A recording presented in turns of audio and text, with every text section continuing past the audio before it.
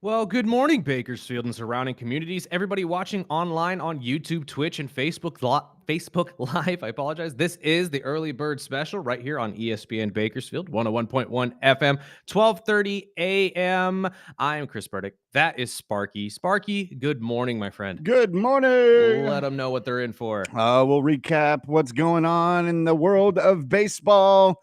We'll talk some football. We'll talk some NFL injuries, matchups, preview of tonight's game.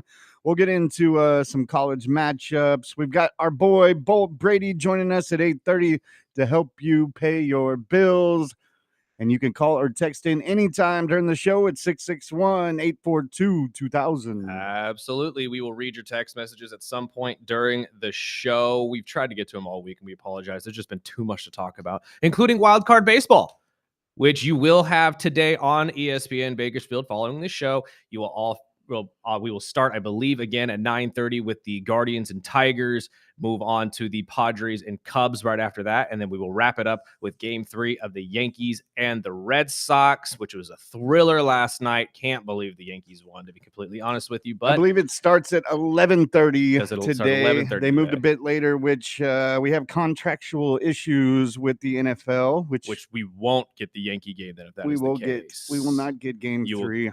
You'll get the 49ers and the Rams game then at that point. I was figuring maybe if they had it a little earlier, you might That's what I was hoping. You might get a little bit of all three, but I mean, football is king, as we told you guys yesterday, and contractual obligations. Sorry, Yankee fans, you're going to have to go watch it on television, but you can watch it all over ESPN programming, as the Yankees or the Red Sox will be moving on to the ALDS here pretty dang soon. I am not 100% sure who's going to win this series, though. This has been one of the most back and forward things I've seen in quite some time. But everybody I was talking to yesterday, and I have to float this out to you, Sparky, is Aaron Boone potentially playing for his job? Or I shouldn't say paying, but managing for his job? Because at this point, you've made some key mistakes already in Game 1. You were lucky to pull out Game 2. But everybody that I keep hearing, or at least talking to, says that he doesn't make the right moves. It's a head scratcher why the Yankees are even in the wild card to begin with.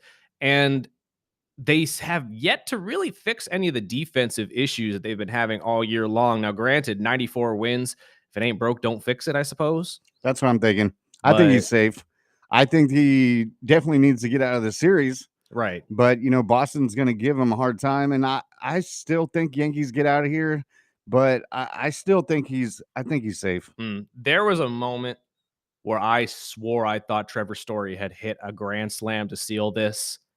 And I saw a Yankee pitcher go from the most scared man in New York to feeling like he just won the World Series. And I know all of you know exactly the scene I'm talking about if you watch this game at all. And I couldn't stop shaking my head just thinking, boy, you got bailed out by the wind and you're acting as if you did that on purpose. I love baseball. I do. But there are just certain things that you really should just not gloat or go crazy about if you're a player. You loaded the bases and almost lost the game for your team, and you're freaking out on the sideline, pumping your chest, saying, I'm the man. I'm the man. Yeah, you're the man. You're the man that almost lost the Yankees the series. So I would be kissing the floor and hoping to God Aaron Boone gives you a shot again ever. But it is what it is. The other games we got to talk about as well. The Padres pulling out a 3-0 win over the Cubbies. Kind of saw this one coming. I had a feeling the Padres would be able to bounce back, especially with Dylan Cease on the mound for the first part of this game. He didn't last that long. Was pulled in the fourth, but probably a smart idea is you want to keep your pitchers healthy and spry for these next couple games that are coming forward. I don't know who's winning this series. This is a dead even heat as well. It's a good series. All of these have been fantastic. I'm going with the Padres. I think that I'd have to ride with the Padres as well. I think I see a little more heat from that side. And again, small mistakes during the game are really what get you. There was a point in this game where Manny Machado was up with runners in scoring position. You should have probably walked him. Probably should have walked him. He was even surprised after the game that he was not walked during this instance. But these are the things that you kind of learn during the game. You have to figure out as you go. And the bats just couldn't get hot for the Cubbies. So we will see what happens today. The last game, obviously, the one I kind of figured was going to happen, the Detroit Tigers losing to the Guardians 6-1. That's the one I'm tossed up on. See, I am still in the belief system, though, of remember what we just witnessed with the Tigers. The greatest collapse in literally the 150-year history of the MLB. And I'm not exaggerating there at all. No team, none of them have lost a lead of 15 games or more at the end of the year outside of the Tigers. You have to factor that into this series because the team they lost that 15-game lead to, the Cleveland Guardians, the team that's currently playing. So realistically, I think much like the Cincinnati Reds, I'm willing to put the Tigers in the bin. I think the season's over. I think Cleveland has figured out a way to do this. I mean, look at the stats from last night alone. Granted, the Tigers only got 7 hits. You left 15 guys on base. 15. If that doesn't tell you how bad that game was for them, I don't know what does. It is non-negotiable that you cannot allow that. The batters have to hit in key moments, and the Tigers just aren't doing that, and they haven't been doing it for the last 2 months. So realistically, I got to put it in there. And of course, I already know, I'm assuming that's a Dodger fan on the phone. Just to Dodgers, and then hung up on me. That's fine. Did I say the Dodgers were going to lose? I'm the one picking up against the Dodgers. Right? We all knew the Dodgers were going to get by the Reds. Come on. I'm sorry. Do I need to cut audio from yesterday's show? Did we not say the season was over for the Cincinnati Reds? At least get on the air. I mean, I know. If you want to be that guy. I think I know exactly who it is. Actually, now I'm thinking about it. He'll probably text me during the break, too, and I'll call him out for that as well. But here's the thing. Nobody said the Dodgers were going to lose. Nobody said they were going to lose this series. In fact, we were hoping you'd sweep. I told you guys yesterday, pack it up. We'll see you in Philly. Let's go. The real playoffs are about to start. But if you genuinely believe that you're going to be walking over Philadelphia as easily as you walked over Cincinnati, you are not going to be happy in game 1. Because Cincinnati had one big issue, and I said it after game 1. There was really no dangerous bat. There's nobody on that lineup where you look at him and say, ooh, that guy's a home run threat. We have to worry about him pitch around that guy. Not even Ellie De La Cruz. So were we really shocked when you on the Dodgers have 5, 6 guys that can go yard at any point in time? I would hope that you beat these guys 10-3, 8-4. That's what it should look like. So again, Dodger fans, we'll see you in Philly. Very excited to see how this thing starts out on Saturday, because that is when the series will begin on October 4th. We'll talk about all that'll happen over the weekend on Monday, because I believe that'll be the travel day as the two teams will be headed back to LA at that point. But again, I'm not saying that the Dodgers are bad in any way, shape, or form, although every Dodger fan listening to me right now probably thinks I am. I'm just saying we will see what happens when you play a real playoff team. And that is the Philadelphia Phillies. That's as long and short as it's going to go. But yeah, the text says Ohtani's pitching yes, game 1. You sure you want to pick that one? Yes, 110% I want to pick that one. Because it's not Ohtani that's going to lose the game for you. Are we forgetting about game 1 when 4 of your relievers had to come in one inning? 4. And how many runs did they give up, Sparky? 4. You really need to start thinking outside the box. I get it. Dodgers have some flashy pieces, but that's not what's going to win you the game. I think it's going to be an entertaining series. I think so, I'm too. looking forward to it just for entertainment. I'm worried about my Mariners. I don't care about the Dodgers or Phillies. So I mean, at this point, yeah. You got to worry about the whether Yankees and the Red Sox. Is it? Yeah, because it would be 3 or 4, and I believe that's the 3 or 4s. Oh, no, I'm sorry. No, you're right. Tigers it's the and and Guardians. Tigers and Guardians. I apologize. That's the one I'm kind of mixed up on. I'm hoping the Tigers win, but I can care less. No, absolutely. In terms of Seattle wanting to play the team that would most likely get you to the next level or the next round, I mean, I would say the Tigers are more likely who you want to see. I just don't believe in them. I think this entire collapse is really still in the back of their minds. I ain't scared. Bring them on. Oh, I know you're not. Line them up. That's what I'm saying. Cal Raleigh ain't scared either. And in fact, I saw something really cool yesterday that I didn't even know these teams do, because obviously we don't live in a lot of these big cities that have these teams, but they did inner city scrimmages yesterday. Philadelphia pulled in a whole bunch of people from the stands and stuff like that, played against them. I mean, obviously it's a cross scrimmage. You're not just having a whole bunch of Joes against the pros. That'd be fun. It's pretty interesting though, but there is a good mix. In fact, Seattle did the same thing. Ichiro was out there playing outfield and pitched a little bit. That was really cool. So it's like you kind of keep your team spry while at the same time keep the fans engaged, keep everybody ready for playoff baseball. Because at the end of the day, that's really what you need to do.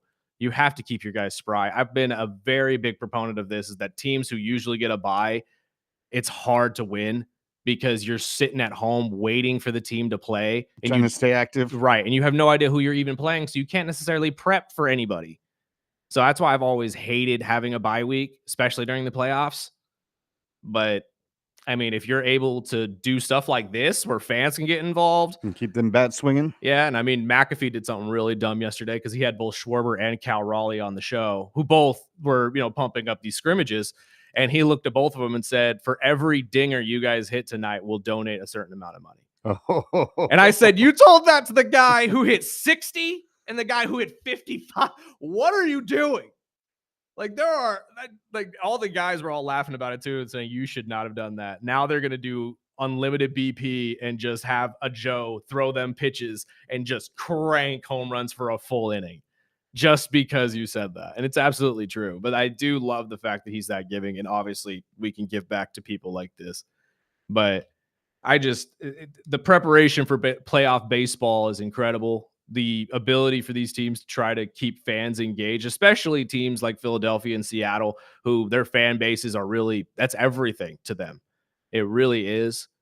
I mean, Philadelphia has talked about it a couple times where they want to mimic the same kind of atmosphere you get at a football game. I don't know if you'll ever get that at a baseball game, to be fair, but that's just because it's a completely different animal. Although Dodger fans get pretty close. Dodger fans get pretty dang close. I'm getting bombarded by Dodger fans. I'm sure they are. I've gotten 3 yelling Dodgers. Go ahead. That's fine. I am not worried about it at all. Again, I wanted this series, and we will see what happens on Saturday and Sunday. And, some of you texters that are listening right now, I know who you are, and we will be watching the game together. You're not getting away from me. We will be watching the game at the same location. But regardless, it's been fantastic playoff baseball. I've enjoyed every single second of it on every game, including the Dodgers and the Reds, even though the Reds haven't won a playoff game since probably I've been born. And that's saying something. I mean, I was looking at the stats on that too, and I know the year is wrong. I know they've won one before then. But when they put up the side-by-side of the fact that the Dodgers, I believe, have won now 68, 69 playoff games since the last time the Reds have won one. That's incredible. I mean, it must suck for the city of Cincinnati. It really does. But to think about that you've been out of it for that long. And I mean, we're talking about the years they weren't that bad when they had Joey Votto. Oh God, who's the second baseman? It's escaping me right now, but they had a solid team. Sonny Gray was was a great pitcher for them for a while.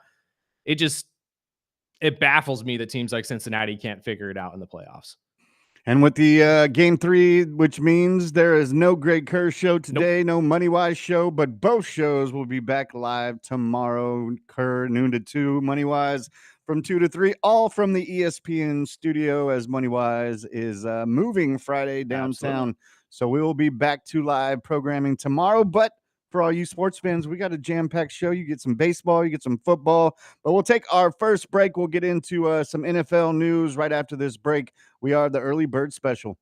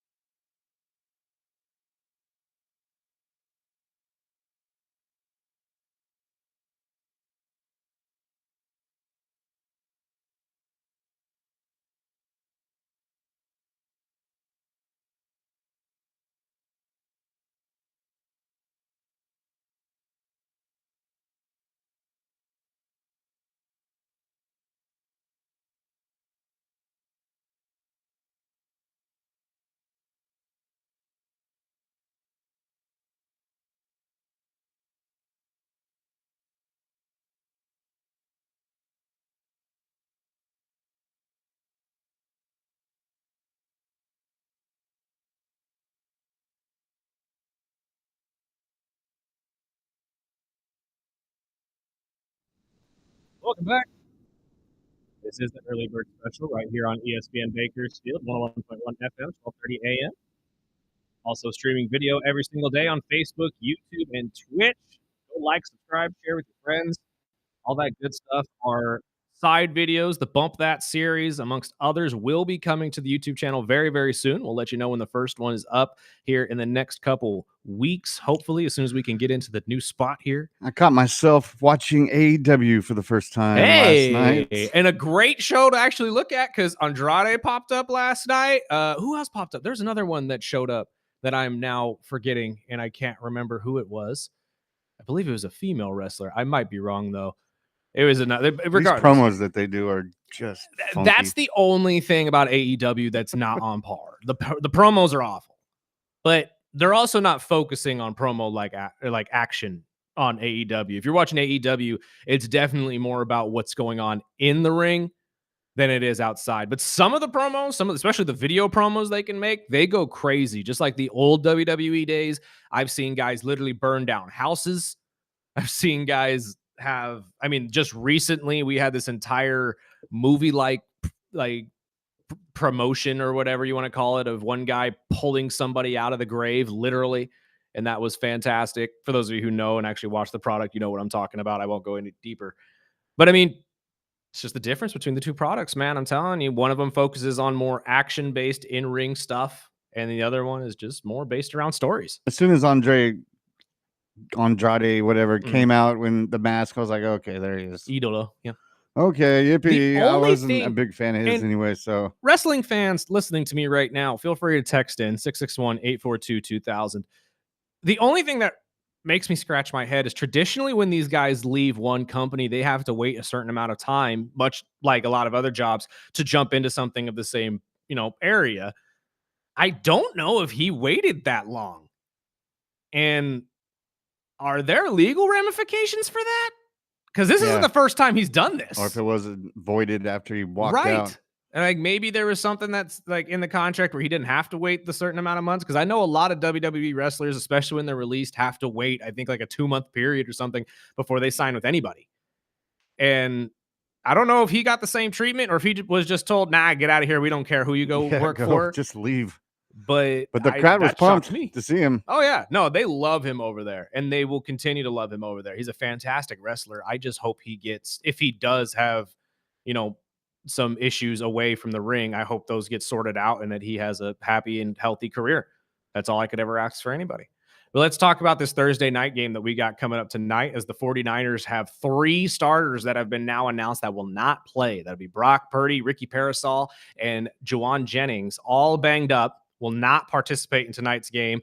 Probably a smart move, though. We talked about this yesterday, especially when it came to Brock Purdy. If Brock Purdy is not 100%, you are better off with 100% Mac Jones than you are with a 50% Brock Purdy. As wild as that is to say out loud, and most of you are listening to me saying, are you nuts? Look, man, Brock Purdy, when he played, looked bad. He looked ugly. It's not the same Brock Purdy we're used to. And this isn't the first time he's tried to play on an injury, and that has been the case. He's not a guy that can play on an injury. There are certain guys like your Matthew Staffords that can play through it and still play to, a star degree. Brock ain't that guy. And Mac hasn't lost a game. Yeah, and I feel bad for him. I know Mac can step in, especially with this type of offense, but with no number 1 or 2 receiver, it's going to be hard. It's going to be a lot of McCaffrey, but I think the Rams are just going to take this game. Oh, 100%. We'll get into our picks a bit later, but I feel bad for Mac just having to play with that offense. Maybe some guys will step up, but no Kittle already and no number 1, number 2 receivers. I think they're going to feed McCaffrey and they're going to run the hell out of that ball. I was thinking the same thing. Just throw the ball to McCaffrey. Hope to God he can make a play, because at this point you're going against a front 7 in the Rams that's young, vibrant, and ready to go. They've shocked everybody the last 2 years because, again, like myself, I didn't think the defense was going to be able to bounce back from losing a generational talent in Aaron Donald to retirement. They haven't lost a step. And, Jared Verse, I love that. Jared Verse is fantastic. And there are plenty, like the D tackles as well have been great. Their names escape me as well. I apologize. But my best friend, pulling back the curtain, is a diehard Rams fan. And he has been talking these guys up to me for years, including Tutu Atwell. And I, look at him saying, oh, okay, Homer, you're just loving your guys. No, he's right. These guys have stepped up, and although none of them can do single-handedly what Aaron Donald was able to do, but all of them put together create just as much of a problem for offensive lines as they did when they had Aaron Donald on the field. So the Rams have been able to figure it out without losing a step. It's going to be a tough matchup here for the Niners. I The agree with receivers they you. got, former Rams, Demaryius Robinson, Sky Moore, and Kendrick Byrne. Plus, they've got Marcus Valdez Scantling. I just don't know what Mac can do, but if anybody could do it, it'll be Mac. This is and one that of, offense. and for you fantasy football fans and players out there, this is one of those games where I would stay far, far away from anybody not named Christian McCaffrey. Yep. And I'm being dead honest. Don't grab any of the receivers. Don't think, oh yeah, Valdez Scantling was great with the Chiefs. He's going to do great here. No, the style of play that Brock has is not the same style as Patrick Mahomes. Let's not get crazy. And Valdez Scantling is a deep ball threat. And just because they said that, I'm sure he'll go off. Yeah, so I know. that's just happens in That's football. the only one you said, though, where I'm looking at it and I'm saying, okay, maybe that's probably going to be the number one choice. And he's the third. Yeah. On the depth chart, it's DeMarcus. Which is wild to say because DeMarcus Robinson has never really been that guy. And Sky Moore, really? You're going to say Sky Moore is better than Valdez Scantling? Right. Okay. I need to see what you saw in practice then. Right. Because from what I saw with him playing with Kansas City swiftly put Valdez Scantling over Sky Moore, and Sky never saw the field.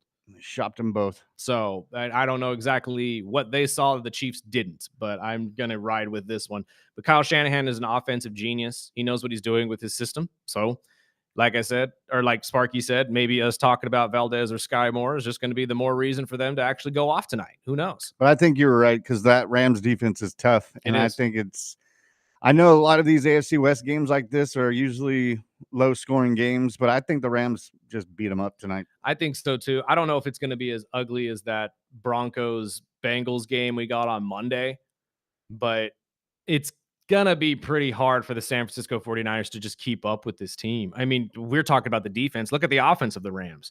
Matthew Stafford, although, yes, still dealing with a little bit of a back issue, looks great. You have two fantastic wide receivers, including one, Puka Nacua, who's on record-setting pace right now. He had 13 catches last week. And that is one of the main reasons that Mr. Xavier Howard stepped away and retired after 4 games. Coach had mentioned that he was going down the depth chart, not up the depth chart. And after being burned for 112 yards and a touchdown by Puka last week. Dude, Puka Nacua is retiring people. Exactly. That's wild. I mean, getting somebody's coach fired is one thing, Notre Dame, but to have an actual player who played across from you say, I'm done. Yep. He said, my purpose has been fulfilled in the sport. And that, I believe, was just to beat his old team in week 1. My and purpose step away. is done. Yeah, your purpose is done. Yeah, thank you, Xavier. We appreciate and thank all you, that Puka. you saw. Yeah, Puka. Hope you got that jersey at the end of the game. God, I wouldn't want his swapped jersey. It. Just here. You burned me. I'm gonna put this in my closet. He's like, can I have your jersey, sir? I'm gonna memorialize this. That was the reason I ended my career. But we'll take a break. We've got some more NFL injury news. And if we get time before the top of the hour, my buddy at Pro Football Focus gave us 9 things all fans must accept after 4 weeks of football. I didn't have to accept that Michael Penix was a bust. Neither do you. We'll get into that and much more right here on the Early Bird Special on ESPN Bakersfield, 12:30 a.m. 101.1 FM.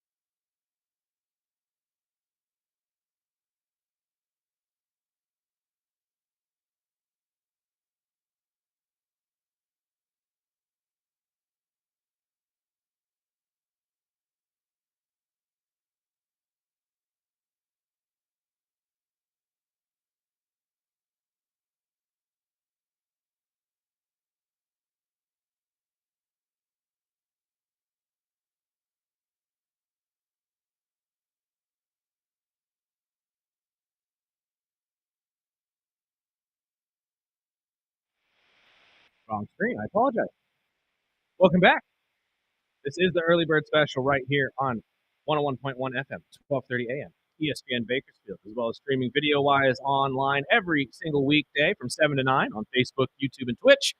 Feel free to like, subscribe. You can find us on Instagram and TikTok as well. The reels have started again. I promise. We're gonna have more. I just, finding time for all that. I don't know how some people can find time to do all this stuff, man. They don't have other jobs. No, they don't. And you know what's funny? I just don't have enough time in the day. That's what it is. I've said a million times over, if I could have one thing from, sci-fi lore or fake, I would take one of those time stop watches and just Pause get it. all my stuff done in a matter of an hour. So I had the rest of the day for myself. But of course, you can't have life that easy. Well, other injuries around the NFL. Do you think this Lamar Jackson thing is serious? Because if they lose a game or two more, Look, it has might be to tough. be. It has to be. I know everybody, including myself at first, was skeptical. Nobody knew when this happened. We really couldn't pinpoint when it went down. But is John Harbaugh really willing to risk losing more games to send a message to Lamar? I don't think that'd be the case. I don't think this is a hard press move from Harbaugh to get under the skin of Lamar and say, you need to get your confidence back. I don't think that's the thing. This has to be legit. There's got to be something bugging him, whether it's the hamstring or something, injury wise. Does that keep him off the field? I don't think so. I think he'll play. Did we ever find out if he practiced this week? Nope. He didn't practice at all. He hasn't practiced yet. That's what makes me nervous. Scare me. Because if not, they're going to be rolling with Cooper Rush. It's got to be legit, right? I mean, would think there's no way Harbaugh would sit there and just say, you know what, we're going to send a message by not starting Lamar this week. We're going to punish everybody by not starting our star player. That doesn't make any sense to me. And if they lose this game to Houston, right? And you're really up S Creek. I can't use the real word. I don't know. This has to be legit. The more and more I thought about it over the week, the more I was just like, no, there's no way Baltimore would be stupid enough. Give him time to himself. Yes, there's no way. I just don't get it. But at the same time, if it's a lingering injury or something they know, because that's what they keep claiming is that they saw something in his hamstring. Yeah, that just wouldn't let him be that next level player that we all know him to be. So maybe there really is an injury there that just no one knows when it happened. That's the only thing I can think of. Because again, to bench your star player for no reason at all besides confidence issues wouldn't make sense. It really wouldn't. Even if you started the year 1-7, you wouldn't bench Lamar. No, it's Lamar. Exactly. That's your whole offense. You built the whole thing around him. So there has to be a legitimate injury. There has to be. And some positive news for Commander fans. They got the quarterback back. Yes, they did. He did practice yesterday. And has God, been cleared. did you need it? Yes. I love Marcus Mariota. I do. And I mean this as a fan. I don't, as a starting quarterback in the NFL, his time has been long over. It was long over before he even got to Atlanta. But he did everything he could to win these games for Washington, but it was plainly apparent without Jaden, without Terry McLaurin, that team looks way different. And now Debo's out of practice with an injury. And that's not going to be very good for them going forward either. But I do think that defense has enough, along with Dan Quinn at the helm, to be able to keep teams within striking distance. And if you got Jaden Daniels at quarterback, doesn't matter who he's throwing to. Yeah, that could be the pushover. So I wouldn't be surprised if the Washington Commanders still pulled off a win this week, although probably going to be tight. You desperately needed Jaden to come back. I think a lot of the fans were really hoping he was going to come back last week against Atlanta. That game would have been way different, I think, if he did play. Still think Atlanta would have won, but I mean, we're not going to go that far. But I think it would have been a different team, as they always look. And I mean, when you miss your star quarterback, look at Cincinnati. Your season can go completely by the wayside. That's why this is the most important position now in the NFL. And this is coming from somebody who grew up saying that was the offensive line. Because growing up, I was always that guy saying, nah, you can put a great offensive line in front of any quarterback and they're going to make it to the Super Bowl. Look at Rex Grossman. But We've seen several quarterbacks over the years, but I think now that how the rules have changed and how they protect quarterbacks, it is a quarterback-led league. But Oh yeah, we wouldn't be a sports show if we didn't bring up Shador Sanders, because now that he's pantomiming. playing the mumming and the I don't blame him though. I do not blame him. because now the media is spinning the whole Rex Right. Ryan talk. And by the way, I have to agree with Cam Newton and Nick Wright on this one. Rex, you need to shut up. Right? You need to shut up. You aren't in that room. You don't know what's You going don't on. know what's going on. You may be a head coach or a former head coach in the NFL, and you have your own examples from when you were a head coach. But there's nothing we've seen or heard of that says Shador Sanders is just pouting in the back saying, I'm the starter. That's not at all what's happening. He could be right there in the front actually learning Stefanski's offense, but Stefanski could still play favorites because he believes Dylan Gabriel is a step ahead of him. No, it's his guy. That's his guy. So it's okay. We said this the other day. Is Stefanski's future with the Cleveland Browns connected to Dylan Gabriel? Personally, I say yes. Oh, yeah. But we will see what happens after all of this. I don't blame Shador at all for pantomiming and not saying a damn word. In fact, I thought that was hilarious. I wish more players would do it because all those media guys were trying to do was bait him. Yeah. They were trying to bait him into saying something that he shouldn't have said, causing some friction between him and Dylan Gabriel and the organization. And I think Cam said it perfectly. I think there are people that legitimately don't want Shador, one, to be successful in the NFL, but two, to be successful with the Cleveland Browns. I think that is a legitimate thing. And anything this kid says is just going to further put him in a hole. And if it was any other team, they wouldn't be talking to the third quarterback on the roster. Exactly. I mean, if it wasn't Shador's name, Exactly. he wouldn't even be on ESPN reporting. Well, there are people who believe if his last name wasn't Sanders, Shador wouldn't be in the NFL at all. I don't think that's necessarily The kid has talent. Yes. Now, again, is it talented enough to take on a starting defense in the NFL? Jury's still out. But in terms of media and talking to the media and doing all that type of stuff, he serves no benefit from answering any questions right now as the third string quarterback on a failing Cleveland Browns team. Come on. Like, why are we even talking to him right now? Exactly. It's clickbait. It is. It's 1,000% just see what we can get out of him. Because if he would have said something stupid, right, they would have. That's all we've been talking about. Yeah, it would have been all over ESPN. Shador Sanders calls out Dylan Gabriel and Kevin Stefanski for not putting him at least second string. You know what I mean? Like, there would have been something. But for him to take it upon himself, probably have a mature way of going about it. Because I mean, again, pantomiming and just lipping out words without saying anything in front of media cameras obviously stirred up media and angered them, for lack of a better word. But it is hard to say that he would have benefited from answering any question in that instance. So I do not blame him at all for staying silent. And actually, I thought it was funny because after that, I saw a video of him FaceTiming his dad, talking to the Colorado Buffalo, who are now 2-3. And he was telling them, he's like, I better not see a single one of you smiling or joking around. Like, you guys ain't got nothing to joke around about. And see, that is why I know for a fact a lot of this stuff that we hear about Shador might be lies. Because everything that I've seen shows me he's just a baller, dude. He just wants to play. And he takes it very seriously. He wouldn't be calling Colorado and telling them to step their game up if he didn't care. And it's not because his dad's the head coach and just FaceTimed him and said, talk to these kids. You really think Deion's going to FaceTime Shador and tell him to talk up his team?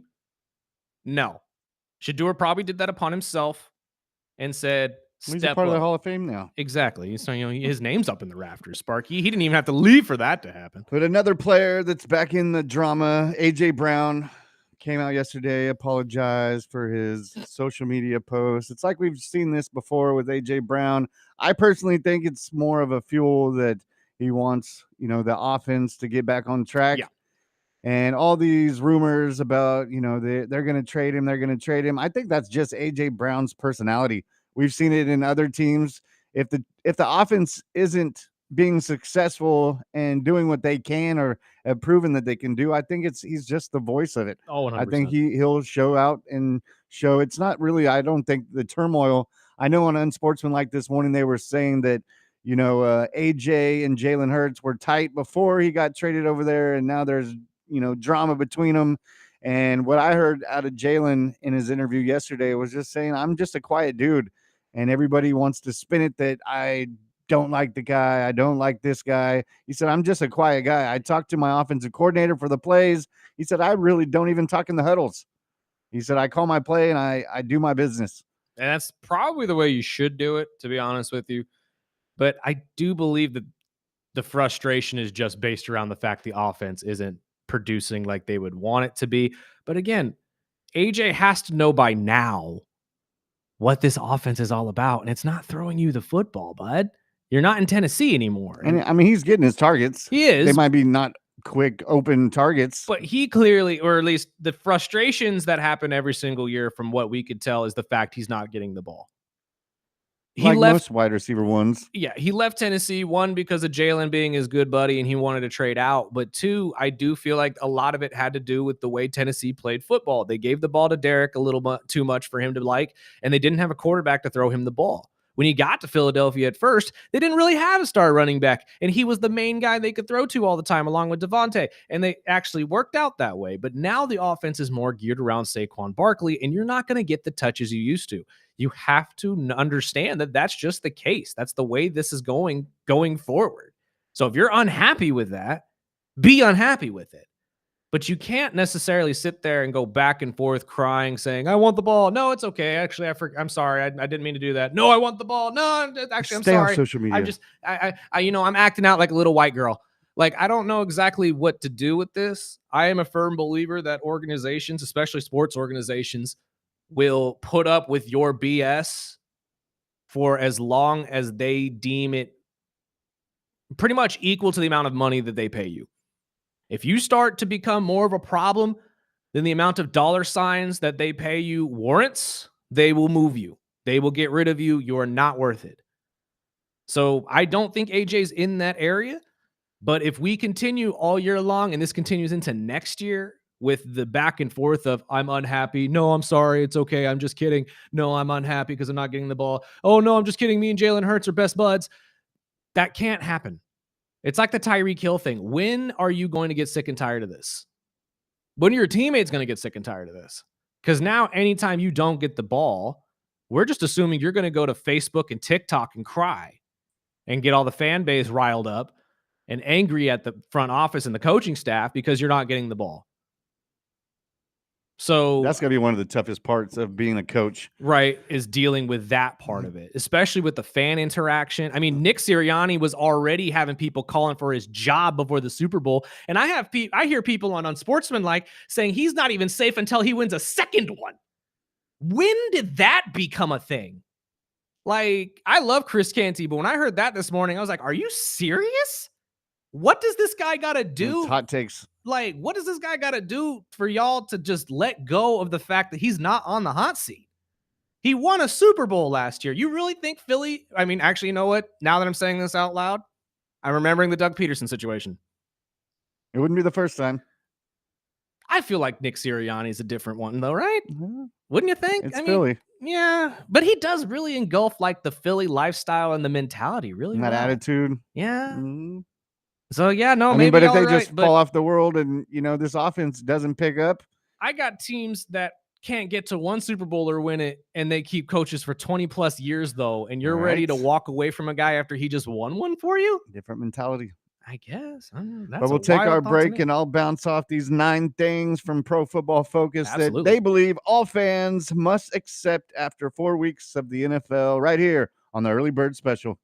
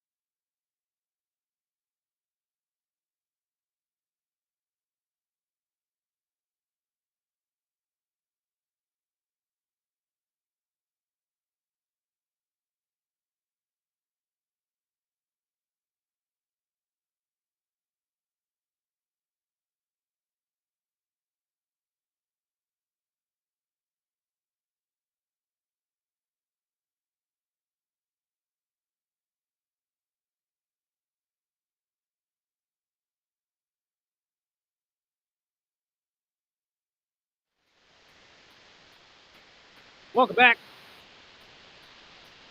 This is the Early Bird Special right here on 101.1 FM, 12:30 a.m., ESPN Bakersfield. And don't forget, after the show starting at 11, right? 11 o'clock? 11 or 11:30. You'll I get, think first pitch is 12:08. is it really? You'll get the Tigers and Guardians in their game 3, as well as the Padres and the Cubs. But unfortunately, we will not be able to carry the majority of game 3 of the Yankees and Red Sox, if at all, because we do have a football game tonight. The 49ers and the Rams go head to head. And to be honest with you, NFL is king. And sorry, Yankee fans. That's what happens. That's what happens. You're on the West Coast. Sorry, brother. But my buddy Mike sends us every week the 9 things all fans must accept. Last week, I think he was 60%, something like that. I'm gonna go with 60% because, like I said before the show and off at Amber, so I have to say this: Michael Penix ain't no bust. You need to take that back, good sir. But that's just me being a Falcons fan. What are the other 9? This week, it is number 1 is Dak is an MVP candidate. Thank you. You hear listening? You hear that, Tyson? You hear that, Tyson? Are we listening? The guy leading the NFL in passing yards right now without. Is that the bet? No. Well, I mean, the bet yards or technically. touchdowns? Well, no, it's all of it. Okay. It's statistically plus your team. So realistically, he can win stats wise, but if his record ain't better than the Chargers, we even out. Okay. So it's really just based on, how well both of them do. We'll assess at the end of the year. And to be honest with you, I may just do the 5 minutes anyway. I'm just that type of person. Number 2 is the Ravens will miss the playoffs. That's a good possibility right now, and that's wild to say.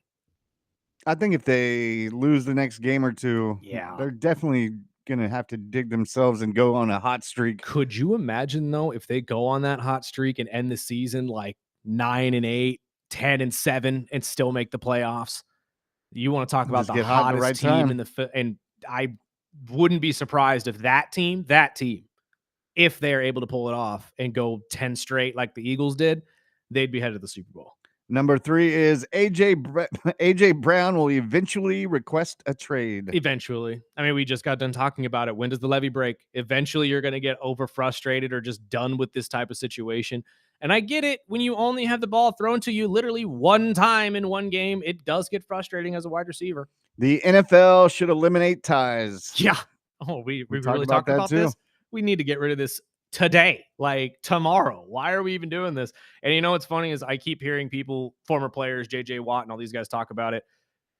They all highlight that, you got to shorten it down just because of the amount of punishment these players are going to have to take, potentially going 2 periods over. But we can't have ties. I'm sorry. Not with games like that. The next one says Travis Hunter should just play wide receiver full time. I think he should just play corner full time, if I'm being completely honest with you. Well, he has definitely not shown up, at least in the first 4 games, but it's still early. Massive disappointment for me in fantasy football. And speaking of rookies, it says Ashton Genty will be elite with his new old pre-snap stance. See, everybody's saying it's the stance. I don't know if it was. I think it's just the Raiders' offensive line were able to actually get a push for once, and he was able to get the ball out in space. So, I don't know. Maybe it is the stance, definitely shown. Maybe it's the stance. Maybe he has to stand up like that. Vikings cornerback Isaiah Rodgers is a Defensive Player of the Year candidate. This is a possibility, and I don't think that he gets enough credit for it. But it's kind of like the Dallas Cowboy corners. When your front 7 is so good at getting to the quarterback, you're kind of overshadowed a bit. And everybody kind of just assumes that you're that good because the quarterback is under pressure all the time. The next one is Tyreek has played his last game in Miami. Oh, okay. In Miami. I'll agree. Yeah, I agree with that. Because even with our talks, about this potentially being career ending, we also float the idea that Miami won't restructure the contract or won't bring him back. Only way he would play is if he would restructure. And Tyreek ain't going to restructure, especially coming back for this injury and a long rehab. I just don't. And they're not going to want to pay him the money he's going to want. And they're not going to. So, and lastly, Shador will start by week 8. We're going into week 5. So 3 weeks with Dylan Gabriel. 3 with Dylan.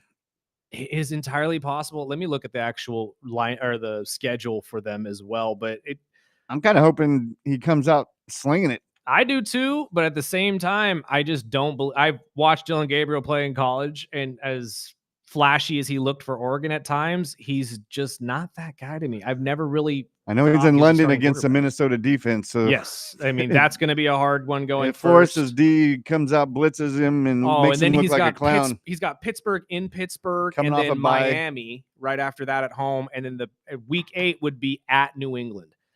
I wouldn't say week 8. I would think maybe if Shedeur gets in, I'm looking at week 10 when they get back from that bye week against the Jets at New York. And I'll say week 7 against Miami. Do you think it's week 7 I against think Miami? after Minnesota and Pittsburgh's D beats him up a little bit, if he doesn't come out slinging. Knock on wood, would never ask for a trade, or I'm sorry, not trade, would never ask for any athlete to get injured, but do you think this is going to happen due to an injury? No, I just think these defenses are going to show him, give him a chance. Apart. I mean, he could surprise the world. And I mean, you're going against Brian Flores and Mike Tomlin. I didn't expect Jackson Dart to look as good as he did against the Chargers, but it's true. But again, a different type of team.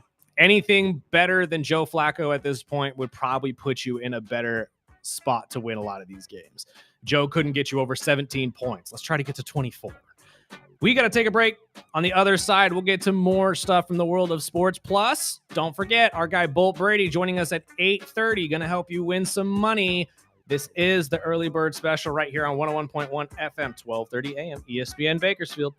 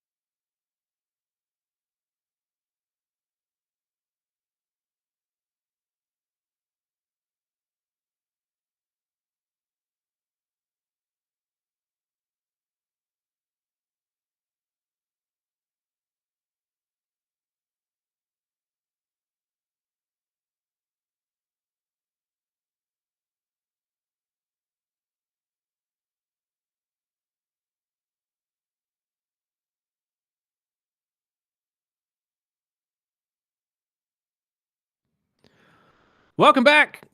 Hour 2 here on the Early Bird Special on ESPN Bakersfield, 101.1 FM, 1230 AM, as well as streaming live every weekday from 7 to 9 on YouTube, Facebook, and Twitch. Just look for the Early Bird Special. We're also on Instagram and TikTok as well. Feel free to search us up, the Early Bird Special. See a whole bunch of our reels and whatnot, as well as up-to-date sports coverage and news that we can't tell you because we're obviously not on air. And, you know, some other stuff out there as well. We'll be pumping out some new videos here pretty soon that you can't see here on the show that will be completely exclusive to YouTube. So we'll let you know when that happens as well.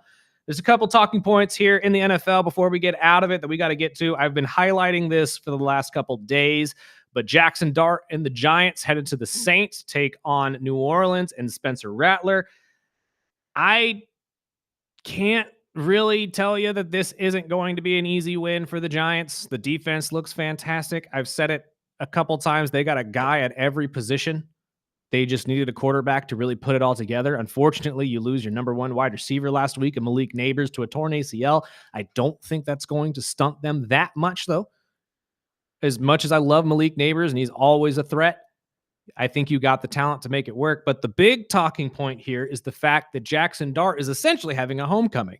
So for those of you who don't know, Jackson went to Ole Miss before going to USC and transferring, but he went to Ole Miss. He had a very successful career there with the Rebels, and it's probably the closest thing that Mississippi has to a professional football team. And they travel very, very well. There was a lot of talk before the season that Jackson could be the heir for Louisiana and the new starting quarterback for the Saints. A lot of draft stock was headed that way. Didn't happen. They ended up picking Tyler Shuck, who has yet to see the field. I think it's coming. I think it is too, but it's because obviously Spencer Rattler. I give Spencer a lot of credit for what he does with the team. Don't get me wrong. They're always fighting.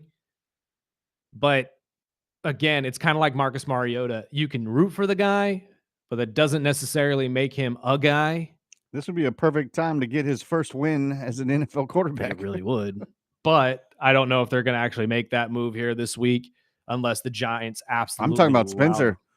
Oh, he's okay. 0-10, 0-11. Yeah, no, he hasn't won a single situation for him. But at this point, the story is Jackson having a little bit of salt for the New Orleans Saints because they didn't take him. And if you don't think, like I've said all week, that Mississippi fans are going to travel to Louisiana for this game and be there for Jackson Dart, I think you're going to have a good amount of Giants fans in that building just solely because of Jackson. But let's hear from Jackson Dart on how he felt with this game coming up and knowing that this team passed on him in the draft. I think that there's always a chip on your shoulder anytime that something like that happens. But yeah, I'm just gonna go out there and play it to as hard as I can. When you were sitting there at draft night and they're on the clock, did you think you might get a call? Did you have any inkling one way or the other? Yeah, I felt like my visit with them went good. So you kind of have thoughts in your head during the draft of what options are really realistic, and I definitely felt like that was a place that could have panned out, but things didn't work out that way. I need him to do something crazy like he did last week. For those of you who don't follow him on social media, Jackson Dart did something last week that I've never seen another starting quarterback do in the NFL. He took a picture of Justin Herbert's girlfriend, posted it on his social media to troll him, obviously, saying game time, all that type of stuff. Jackson needs to do something against the Saints. I don't know what it is. I don't know. I need to see some social media stuff because this kid's already getting in the brains of a lot of these other guys. He knows what to do to get in the head. And if that's what you got to do to win football games, big guy, do it. I am all for it. I love the moxie. I love the swagger that Jackson has and just the ability to walk out there. And like he said, with a chip on his shoulder every single game, no matter who he's playing. But this one is going to be different. I genuinely believe the Giants are going to blow out the Saints. It's not even going to be close. And it's all going to be based around the fact that Jackson's got a little bit bigger of a chip on his shoulder for this game than he would for everybody else. What say you? I think he's just that type of quarterback that he knows what to find to put some extra fire in him. Mm-hmm. And I like the kid. I picked him up in my dynasty league just to rest him and put him on my practice squad. Mm-hmm. And I'm on the fence now of putting him in this week. I've got Aaron Rodgers on a bye. Why not? I mean, you might as well. I know it wasn't flashy last week, only 111 yards for the kid, but he's, like you said, he made ran plays. One in, he threw one. I'm like, that's he all I need. did what he needed to do to make the game manageable. And that's what I liked. What I liked everyone last week was, let him rest another week and let him play against the Saints. And he was like, no, I'm a competitive. I want to play against the best. Mm-hmm. Put me in. And he showed us some flash that, was able to get by the Chargers that a week ago was the almighty Chargers. Mhm. Everyone was scared of them. And now people are wondering if it was all a Okay. fluke. Yeah, maybe they just got their division games, their wins early, and I mean, it's still now the Chiefs are starting to find their trend in the offensive side. Maybe, just maybe, we spoke too early with the Chargers, or maybe Jackson Dart has just found that seasoning that puts that fire in him. It kind of, and I know their game is nowhere near the same, but it reminds me a little of Tim Tebow. Tebow did just enough for the Broncos to win. He never flashed. He was never the big name outside of just being Tim Tebow. He never had the big game yard wise. We'll probably change that narrative here this week against the Saints because I'm sure Jackson's going to throw for 200-300 yards at least. But at this point, like, if you play like that, if Brian Dable can find a way to keep the offense stable, just keep you guys trucking, and you don't turn the ball over, you're going to be successful. And like you said, he made plays when they needed him to. If he continues to do that, Jackson's going to be fine. I just don't know how long they're going to keep it up. And eventually that swagger and that confidence is going to be tested by a defense that's going to be very, very formidable. The Chargers defense is great this year, but I know they're missing a lot of key players, and they didn't really have their full strength and capabilities during that Giants game, which is kind of why Jackson was able to put up a lot of points. But at this point, you're going against a team in the Saints. I think this is the perfect opportunity, like I said 2 weeks ago, for him to build that confidence and really have that game where he could take that chip on his shoulder, bash it over the head of the team in front of him, and move on as a 2-0 quarterback in the NFL. Now, the Giants are going to have to find a way to actually compete against teams like the Philadelphia Eagles and the Cowboys and the Commanders every game. And I don't know if that's exactly where you're at just yet. But you start out his career 2-0 going forward. And the Giants defense is also so good. Yeah. That front seven is scary good. Brian Burns is fantastic as he even usually their secondary, is. man. Even, I mean, I've got one of their safeties, and I mean, he's averaging Adole 10 to 12 or something like that. Yeah, 10 to 12 tackles fantastic. a game. I'm like, okay. But that's my thing. It's like that's why I was watching their games the last couple of weeks, and I'm like, they got a guy at every position. Cam Scadaboo, Malik Neighbors. I mean, tight end, kind of not really there yet, but I mean, they could find a guy at some point. The offensive line looks solid. Defensive line looks amazing. But if he continues to play like he is, does that save the ball? Yes. You think? 100%. Yeah. No, not the GM, though. No. I mean, no. The GM should have been fired last year just solely for what we saw on television.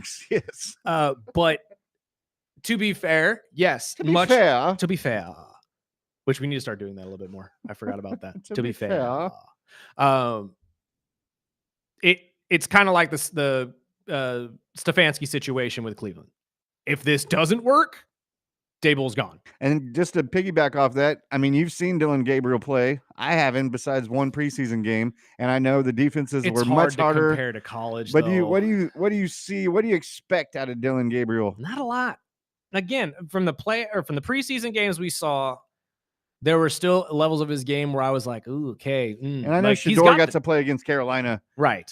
And they put Gabriel up against a tougher D, but not to be all negative Nancy over here. Dylan's got the touch. He's got a solid arm strength, and he can move around in the pocket like you would need him to. I think the size is going to be an issue, though. His literal size, the height of him, and just his inability to make those plays on the run, because that is something you're going to have to do with the Cleveland Browns. I'm sorry. It's just something you're going to have to live with. And we saw it in preseason a couple times where if he was rolling or trying to find someone on a waggle or something like that, where he's moving, having to throw across his body, those balls are ducks. They are ugly. And I don't mean Oregon duck. I'm saying just absolute not. It's just not there. So unless they were able to fix that, which entirely possible they have, I just don't have a lot of faith in Dylan Gabriel. But then again, I don't know if I have a lot of faith in Shador Sanders either, because I haven't been able to see either of these guys against a starting NFL team. Is it going to be a running game, Judkins? I think Judkins is going to get a lot of touches in this game, but that's more just to set the tone. I am worried that the offensive line is not going to be able to hold up, and we're going to get a situation much like Cincinnati and the Bengals right now. But I think if they're able to just rally behind one of these guys, figure it out and say, okay, he can at least get us 8 wins, 9 wins. I think that that's a win for Cleveland right now. especially with how this division is shaking up. Cincinnati looks like they're going to be one of the worst teams in football. Ravens still haven't figured their thing out, and I'm not sold on the Steelers. I'm not. You guys, or I shouldn't say you guys, the Steelers have almost thrown away 2 or 3 games already this season. And if you're a Steeler fan, you know exactly what I'm talking about. You almost lost to Carson Wentz last week. And if it wasn't for Carson Wentz being Carson Wentz, you might have lost. I can't say J.J. McCarthy would have done much better, but it is what it is at this point. And that's a whole nother topic. I mean, J.J. McCarthy, you think they're going to rush him back? Because they still look like he needs to grow a bit. Which is wild. I mean, I think that right now you're better off kind of like the 49ers. Like you need him at 100%. Otherwise, he's not going to be the quarterback you need. But at the same time, you need to do something to build this kid's confidence because it's gone. Or it has to at least be shot. I mean, at least with the guys like Jefferson, and then they're getting their targets with Wentz. So I mean, what they weren't getting with J.J. McCarthy, They're getting which we only got to see very little of. But I mean, do you think there's a rush to get JJ back in that lineup? I don't think so. I Because think it looks like the Vikings were just fine last week. Yeah, I think Kevin O'Connell knows that he can sustain the offense with Carson right now and just allow JJ to come back at his own pace. And once they feel like JJ is comfortable enough and back to at least close to 100%, I think then you'll see the quarterback change again, unless Carson comes out and starts looking like MVP Carson.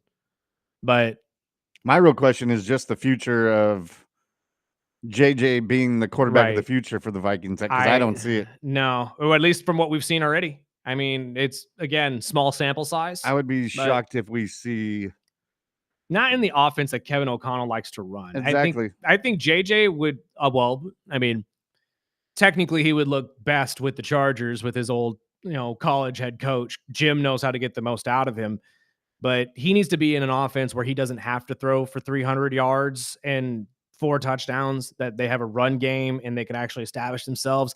To be honest, if the Eagles ever moved on from Jalen Hurts, he would fit perfectly there.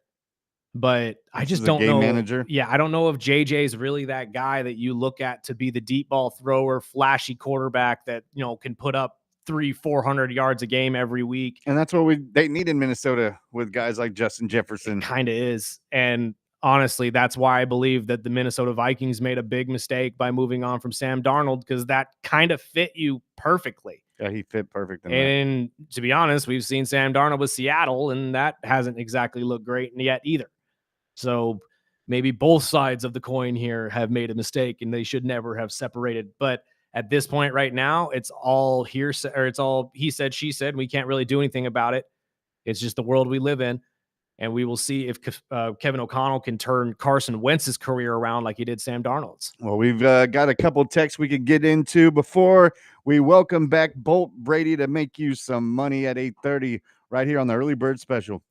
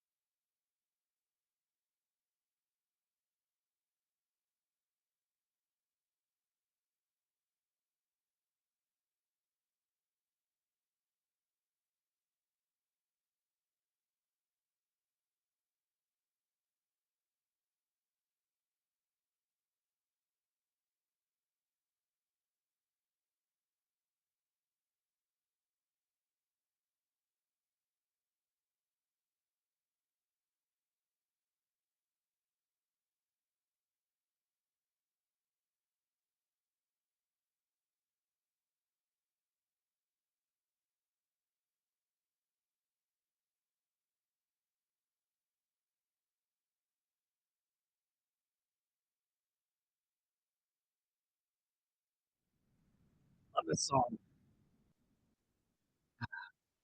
Anytime I get to start my morning with the Gorillas, I'm happy. Any morning. This is the early bird special, though, here on ESPN Bakersfield, 101.1 FM, 12:30 a.m. We're also streaming video-wise on Facebook, YouTube, and Twitch every single weekday from 7 to 9. And you can find us on TikTok and Instagram as well. Just like, subscribe, find the early bird special, and you'll be up to date on all things sports and what we're doing on YouTube. We got any text messages to get to? Oh, we've got a couple. We've got some fantasy lineup questions, and Fantastic. about 3 of them saying Dodgers. I'm very happy for you. I'm very happy for you, Dodger fans. As I said yesterday, you should have wrapped it up anyway. And you started the beginning of this game down. So I'm proud of you. You came back. Some fantasy questions. I'm starting to flex. Which one should I go to? I've got Brees Hall, who is a running back 1 now. Addison or Genty? That's a hard one. I'd go with the running backs, to be honest with you. But if I had to pick one of them, probably go with Genty. He had a great week last week. Let's see if he can do it twice in a row for the Raiders. I like that one. And keeping it with the Raiders, he says Bowers or Warren? Ooh. No, Bowers. Man, I've got the same problem. I've got Bowers, and he hasn't performed as well. And I know Warren's gotten double digits every week. So I'm like, man, I'm in the same boat. Yeah, but watch, the one week you guys don't play him is the week he goes off. And I did the same thing with Genty last week. And you know what? If this is the same listener, actually, now I'm thinking about it. No, go Genty and Warren. I don't like stacking 2 guys from the same team sometimes just because you never know who's going to get the ball. I'm putting too much into one team could hurt you. The next one says, I'm an Eagles fan and cannot stand Sirianni, and also think AJ will be cut or traded to Philly or from Philly next season. Please feel free to text in and let us know why you don't like Sirianni. I'm just curious. I'm not attacking anybody or anything. I'm just very curious. What about Sirianni don't you like? I mean, I think he engulfs the Philadelphia style very well. He even doesn't take grief from you guys. I mean, he's turned around multiple times during games saying, oh, you don't like that? Watch this. Yeah, I'm going to ask Flail next time he's here. I mean, I just don't see the connection why you guys wouldn't like this guy. I mean, he's been successful for you. He's made this team successful. I would think that would be the dumbest move in the world for Philadelphia to move on from Nick Sirianni. The next one says, is it time to cut Stevenson? Oh, yeah. Yeah. I mean, again, 2 weeks ago, he had 20-something points. I know, but isn't he now splitting carries, or now is actually the secondary running back? I think he got 10 or 12 carries last week. I personally, depending on what you can find, I know in a lot of leagues, the guy next man up for Arizona has been kind of the hot take this week. Yeah, Woody Marks, another guy, another one from USC has been. I mean, we told you guys that yesterday. He's looking like he could at least get a good amount of touches. I just don't trust running backs from New England. Right. I really don't. Never have. And they're playing in Buffalo this weekend on Sunday nights. I would maybe not drop him altogether. Unless there's a better product out there. Unless you got another product out there that you can't pass up on. The Shakir or Addison? Oh, Addison coming back from this entire stretch of games he didn't play. He didn't get a lot of looks in that first game, but he did contribute a little bit. I think he got 12, 15 points. And Shakir is like hit and miss with Buffalo. I know. And that's the other issue I'm having is Josh doesn't feed him the ball as much as he does Palmer. I would personally ride with Addison until JJ comes back. Yeah. And then figure out a way to probably get out of both of those areas, unless Shakir can actually start being the number one, or not number one, at least a valuable target to Josh Allen. Because now that Palmer's there, he loves him some Palmer. And I do like starting guys in primetime games. So I mean, Sunday night games, Monday night games, I always try to ride. New England secondary is weak. They get beat up. Unless you're going against Christian Gonzalez, because that's probably the only piece. Is he playing? Yeah, from what I understand, he is back. The next lineup question says Tua or Danny Dimes. I'm gonna let you touch this one. Tua has looked more comfortable with the tight end. I've been saying it since the beginning. Now that Waller's back, I know Waddle is now wide receiver 1, and Coach did come out and say, he's always been wide receiver 1. Yeah, okay. But not true. I would say, Malik Washington is going to be a secret weapon, I think, in Miami. and they are playing in Carolina, which I think the game will be a lot closer than most people think. Really? You think Carolina will keep I up with think you guys I pretty think well? just Miami. Just Miami plays up or down, and they True. never blow out teams unless it's Denver. True. And I will say personally, who are the Colts playing? Oh, that's a good question. Give me a second. I would say I like Tua's matchup. I The do think they're going to feed Waller. the Carolina defense does make me feel like Tua is going to have a solid game, though, because they have moments of just looking completely lost. And the Colts have the Raiders this week at home. Whew. Oh man, that's tough. I think your better bet would probably go with Danny Dimes just because of the ceiling he's had this first 4 or 5 weeks of the season. Plus, the Raiders defense, although Max Crosby's still a stud and does everything for them really on that defensive front, A they little more have suspect. moments. Yeah, they have moments of being suspect. So I think that Danny Dimes and this Colts offense, especially with a stellar offensive line, are probably going to get you a good amount of points. That's just me. And the last one says, I was going to trade Kamara in my fantasy league, but now I'm reading rumors that Arizona has been on the call and wanting to trade for Kamara. Should I hold on to him? Yes, 100%. I'm a big Alvin Kamara fan, even though he plays for the Aints. But if he could ever get to a team again that is successful, even if it's the Cardinals or maybe even the Chiefs or somebody like that that needs a running back that can make a difference, I think he could go back to that Alvin Kamara we saw early in his career with the 5 touchdown games and just ridiculous play. So I would not drop Alvin just yet until you know for sure he's not leaving New Orleans.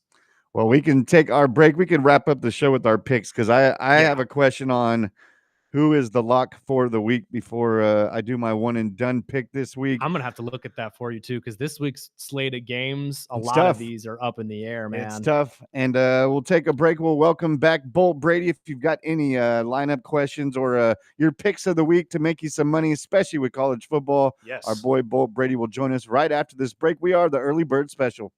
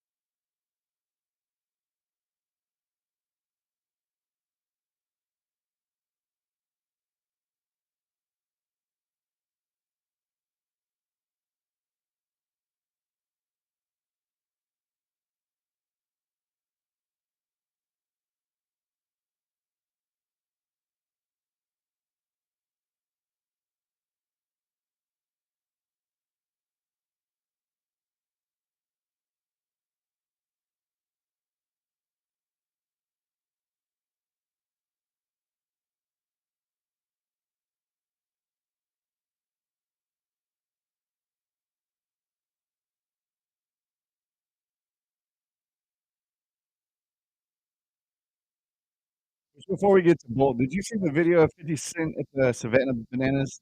That looked I awesome, did. dude. 50's taking over How to Catch a Predator. You see that? Of course he is. Of course he is. That's the great part about it. But it is time to help you guys win some money on these sports over the weekend as we call in our guy Bolt Brady from Bolt Brady and his bro from the Believe Network. Sir, how are you? What's happening, guys? Not a whole ton. First, before we get into your picks, your thoughts on the Ryder Cup and the U.S. is incredible. At least try a comeback on Sunday. Oh, it was ugly. Yeah. I mean, at first, it was definitely ugly. yeah, I mean, you have to give them credit for trying to make the comeback, but it was kind of embarrassing, all the way from their play to the way the fans were acting as well. Okay, I'm glad you brought that up. When did golf start becoming a ruckus fan base? I mean, don't get me wrong. I know we have certain tournaments that, are supposed to be fun for that kind of a thing. But stuff like the Ryder Cup, the Masters, do we really need this rowdy kind of antics from the fan bases? Not necessarily. I mean, yeah, it's like the Ryder Cup gets rowdy. The Masters would never allow something like that to happen. Right. But when you start heckling the other players' wives and throwing beer on them and stuff, that's getting a little out of control. Ridiculous. And I think it was Fitzpatrick said he didn't want his family to come just because of the fans. Like that's ridiculous. That just makes America look bad, really. But and the other question I have for you as well, is America's problem just we can't play in pairs? Do these guys just not like playing together? And because I mean, when they went one-on-one, we crushed them. I know. I just don't know. It is an individual sport, right? Right. And so I just think the Europeans take it a lot more seriously than we do. We try to act like we care, and I think some of them do, but as a whole, I think the Europeans really care about it more. That's fair. I mean, I think in this generation of athletes, not everybody really cares to represent the USA or anything like that. Don't take it as prideful, I guess is a good way to put it. But I don't know. I was just watching it. I'm watching the last round and us coming back. And I'm like, see, if we all just did this entire thing just singles, this would be a completely different thing. Right. It'd be a completely different tournament. But let's get to your picks. The weekend. I'm sure you have plenty for us. Anything in the world of college ball? I know we got the U against Florida State this weekend. Vandy and Alabama is going to be a big game. What are you looking at? Yeah, so I got a few here in pro and a few in college. So tonight, obviously everyone's talking about all the injuries with the Niners. Mm-hmm. The line opened up 3.5, and now it's all the way up to 8.5. And I just think that's a little too many points. I mean, Mac Jones is one of the best, backup quarterbacks in the NFL. And then they start talking about the wide receiver injuries, which isn't good, but you have Demarcus Robinson, Marquez Valdez-Scantling, and Sky Moore. And not only are those guys veterans, they all have Super Bowl experience with the Chiefs. So it's not like these guys are terrible wide receivers. So I do like the Niners plus 8.5 tonight. Mm-hmm.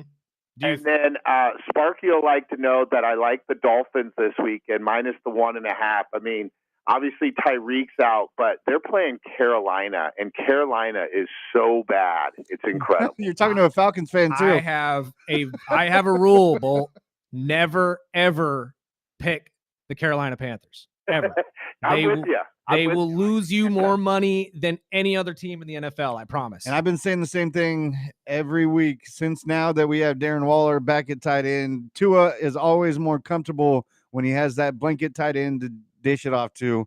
So I know the Tyreek injury is going to hurt, but Tua at least is good at 3-step and getting rid of the ball. So I'm hoping that you're right with the Dolphins in Carolina, but as a Dolphin fan for 35 plus years, I will say the Dolphins play up and down to whoever they play. So I will say it'll probably be a close one. This is true. Well, the good news is that Carolina only has 2 sacks on the whole season. They're worst in the NFL at only 7% pressure rate. There's someone worse than us. Yes. Thank God. So actually, the Atlanta defense has been pretty dang good from what I understand. Yeah, so Tua in the pocket, without pressure, that's when he does the best. So we're going up against the perfect matchup here. And then lastly in the NFL, probably my favorite game of the season so far, the Baltimore Ravens getting plus 2.5 at home against the Texans. The Texans defense is good, but they've only scored 9, 19, 10, and they only had 6 points going into the fourth quarter against the Titans last week until they exploded for 20. But this is an overreaction. I can't believe Baltimore's getting points at home. Cooper Rush is the quarterback. He does just fine when he was with Dallas, so I like Baltimore a lot. So, because I kept hearing this over the weekend when I was watching college ball, but is it the same thing with professional ball when it comes to home dogs? Do you always ride with the home dog? No. Definitely not. No, Okay. it's just in this case, I mean, this line was going to be minus 8.5 when Lamar was playing. And so it's been flipped around 11 points, which is now you brutal. say that 10, 11 point switch. That's wild. Even if Lamar's not playing. Right. That's wild. Even if I was playing quarterback. Right. That's what I'm thinking in my head. Wow. I didn't even realize it was that much of a turnaround. We got anything in the world of college ball? We do. So Cincinnati's kind of flying under the radar, but they have their top 3 nationally in rushing success rate. I like them money line over Iowa State. And then, guys, on our podcast, we have something that comes out every once in a while. It's called the Bashers Award. And the Bashers Award is the college team that had a big game and they won and they were partying all week. And that does not set up well for the next game. Mm-hmm. And that's going to be Louisville minus 6.5 against Virginia. Virginia, as we all know, beat Florida State in overtime last week, and they've been bashing all week. It's not going to set up well. I like Louisville minus 6.5. You know what? That's not a bad choice, too, because I agree with you. I cannot believe they got into the top 25 anyway off of that win regardless. But that's probably going to be the biggest win of Virginia's year. I can't see them pulling off another big one here later on in the season. That's what I mean. The kids are still partying right now. Right, absolutely. And you're not touching Vandy and Bama? Big upset from last year? Bama could have been up for the Bashers Award also, but because Vandy beat them last year at Vandy, there's going to be revenge on the mind. So that game, I'm just going to enjoy watching. 100%. I am really, really hoping Vandy pulls off another upset this weekend, too. Could you imagine seeing DeBoer lose to Vanderbilt 2 years in a row? Oh, that'd be incredible. I would love that. Is that all you got for us this week? That's it, my friend. Fantastic. Well, we did get some messages sent in. One is saying, what do you think about the Texas Tech at Houston game, as well as the Texas and Florida game? So I do think that the in-state rivalry, the Texas Tech game, I would lean with the home dog there. It seems like those Texas teams always play each other really, really tough. And then Texas versus Florida, I'd have to lean with Texas. I'm just not too high on Florida right now. And then the last one is a NFL, the Sunday night game. He says, do you have any clue if the points are worth taking with the Pats at the Buffalo Bills?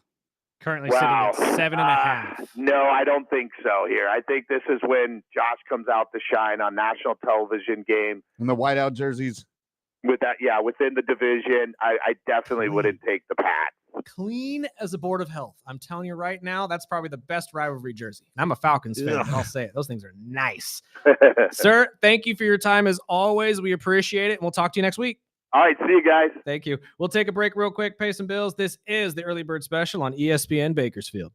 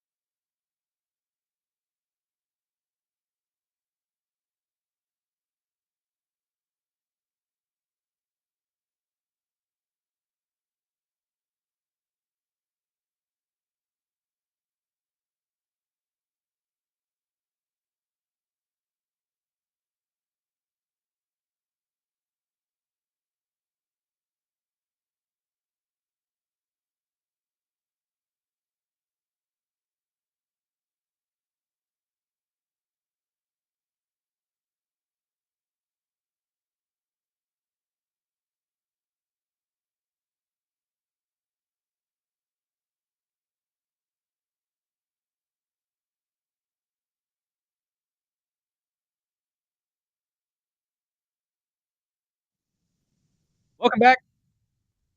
This is the Early Bird Special right here on ESPN Bakersfield on FM 1230 AM. We also stream video every single day on Facebook, YouTube, and Twitch. You can see our beautiful faces as well as some of our guests that join us.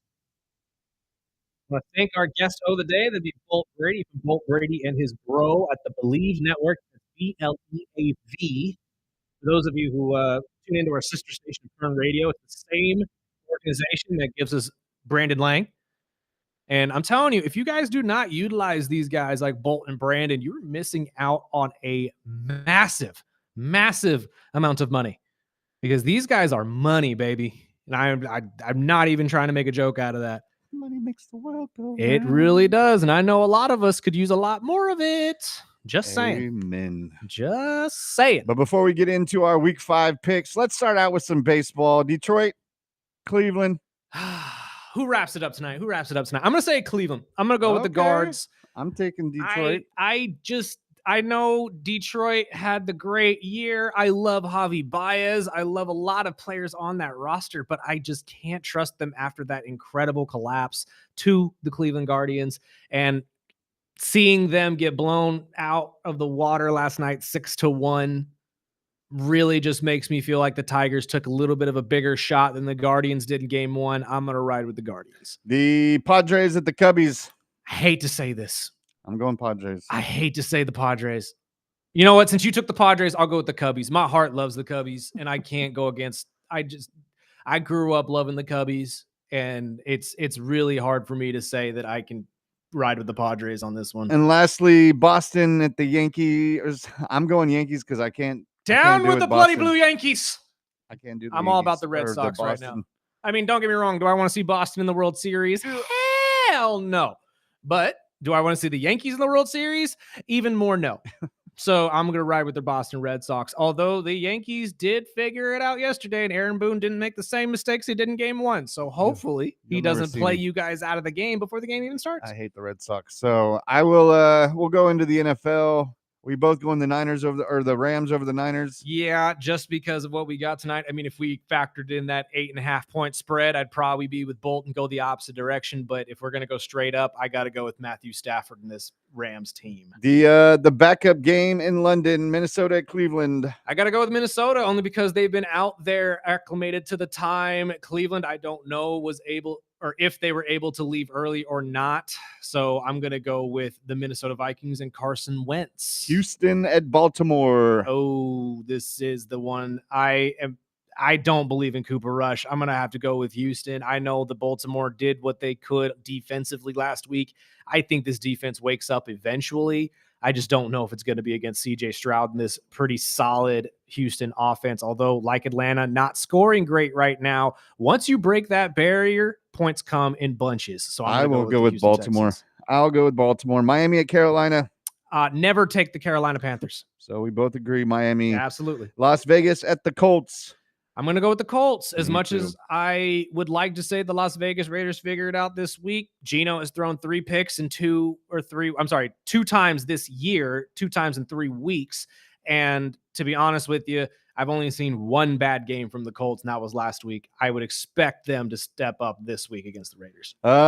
Jackson Dart and the Giants at the New Orleans Saints. I'm riding with the boy. I'm riding with Jackson Dart and the Giants. Never picked the Aints, just like the Carolina Panthers, but at this point right now, it's a homecoming for him. He's got a chip the size of Texas on his shoulder, and he's ready to bash it over the Saints' head. I will do the same. The Dallas Cowboys at the Jets. Give me the crack wagon. I don't believe Justin Fields has figured it out yet with this Jets team. And right now, Dak Prescott, as Pro Football Focus has highlighted, is playing at an MVP level. I'm going with the Dallas Cowboys. I will go with Dallas, and it's just because they are just a better team than the Jets. I don't think Justin Fields is a starting quarterback. But I would challenge you on that. But to be honest, the evidence we've seen so far has gone to the contrary. So you might be right on that one. Denver at Philadelphia. I picked Denver this morning on our sister station. I'm going to ride with them. I think this is where the levee breaks. Philadelphia has not played to their abilities the first 4 weeks of the season, even though staying undefeated. And Denver's got the defense that can stifle them, plus an offense led by Bo Nix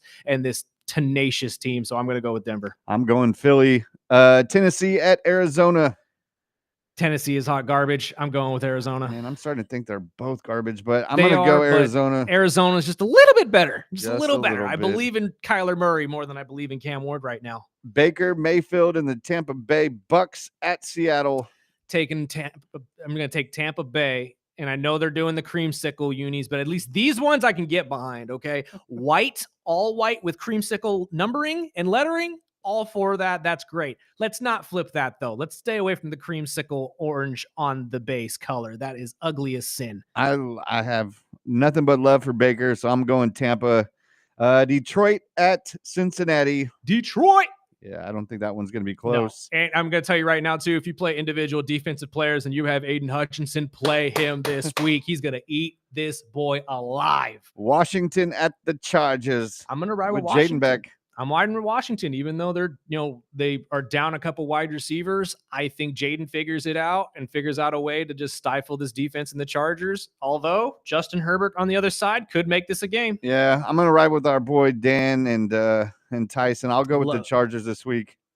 Fantastic. Sunday night, New England at Buffalo. Let's go, Buffalo. I am not going to take Buffalo. I know you're not, but at this point, we're going to get the rivalry jerseys from both of these. And like I said earlier, clean as a board of health. I wish I could take the points, but I'm just not going to pick the Bills. No, Monday night, Kansas City at Jacksonville. This is a tricky game to me. Jacksonville coming in, the winning team out of this was not what I expected at all. I mean, they're 3-1 through 4. I still don't believe in Trevor Lawrence. And to be honest with you, when it's prime time, Patrick Mahomes is Patrick Mahomes. I'm going to go with the Chargers. I'm going to go with the Chiefs. I am going to go with you. I know the Jaguars got a winning record, but I just don't see it. I am so disappointed in lack of what we've seen, rather, from Hunter. Where is Travis Hunter?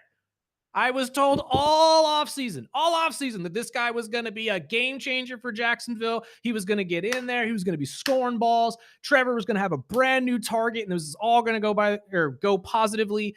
The record, at least, has looked that way. I'm still not a believer in Liam Cohen, even though he's trying to fight defensive coordinators after games. And even though they're 3-1, I'm not a believer. I really am not. Jacksonville is one of those pretenders right now to me that will most likely miss the playoffs. Yeah, I think it's the defense, personally. I agree with you. But again, I can't. There's nothing there for me to grab on. I think Kansas City finally shown at least some type of momentum, and I think they'll ride this right into the Monday night game. And our text from a listener says, "Hey guys, I need help. I need 2 receivers. Ooh. Hollywood Brown. Okay. Troy Franklin. Okay. Calvin Ridley. Okay. Shaheed. Okay. And Wan'Dale Robinson." Wan'Dale for sure. 110% Wan'Dale. God, the other 4 of those are so tricky. Calvin hasn't done anything, even though I was really hoping he would. They actually can't. If you have a chance, I would go find A.O. Manor from Tennessee and drop Calvin. That's what I did, because honestly, that's Cam Ward's number 1 guy right now. I'd probably go Hollywood. Yeah, me too. Monday night. We talked about it. Yeah, playing these guys on Monday night usually helps. And to be honest, I always like the idea going into fantasy football on Mondays or Sunday nights with still having a player available while the other guy's done. And hopefully you don't need them. Yeah, and hopefully you don't need them exactly. But it's always giving you a little bit of hope on that Monday if you can turn it around. So I would probably go Hollywood and Wan'Dale in that situation. And then another text says, "What is the best video game to play right now?" Personally, I am going to find out today. I'm honestly, I have been so wrapped up with so many things. I know it's been hard for me to really get back. They've added some characters to the Mortal Kombat game that I'd like to check out. They added more characters to MK? That's what I heard last night. What? I know they've got Peacemaker and a couple other guys that they've had on. Right. Which I knew that. Like, I've had that one. I haven't played group. since the DLC since the dropped. guys. Yeah. Or the boys. But I know my tattoo artist told me that the new or the newer Borderland games is Borderlands, worth a play. I personally have been so damn busy that I haven't played anything. I'm in the same boat right now, to be honest with you. And when I do, I usually just go back to the game I've been playing for the last year, which is WWE 2K. If I'm being completely honest, I dive into that my GM mode so often. I wish I think I'm gonna do that today. Thank you for the baseball playoffs. Absolutely. But Money Wise and Greg Kerr will be back live tomorrow starting at noon. with Money Wise at 2, live right here in the ESPN studio. Yes, and you can hear the football game tonight. The 49ers and Rams will be live on ESPN Bakersfield, as well as 2 of the 3 wildcard That games. was my final question. So my pick'em. Yes, we have to find you a pick'em. So I can't take Buffalo. I can't take Oh, Seattle. Okay. I can't take the Niners, and I can't take the Cardinals because I've rode every team that played the Saints.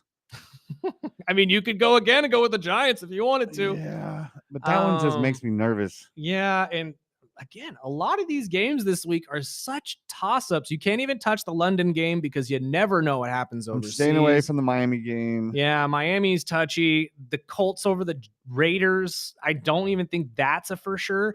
If I had to pick any of them really to be a pretty solid for sure, probably be Detroit over Cincinnati. That's the only one that I sit there thinking, okay, this is going to be just pick watching. against Cincinnati now.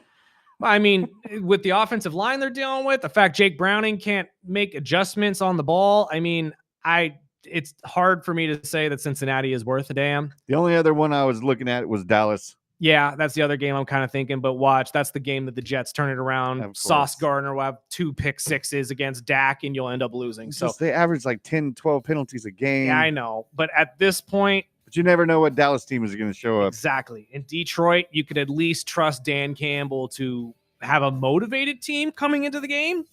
Whether they stay motivated throughout the game is up in the air. That's it. I'm going Detroit. Yeah, I think Detroit would be the safest bet. And honestly, it's the only one on ESPN bets right now. It's a double-digit favorite. 10.5 for the Detroit Lions right now.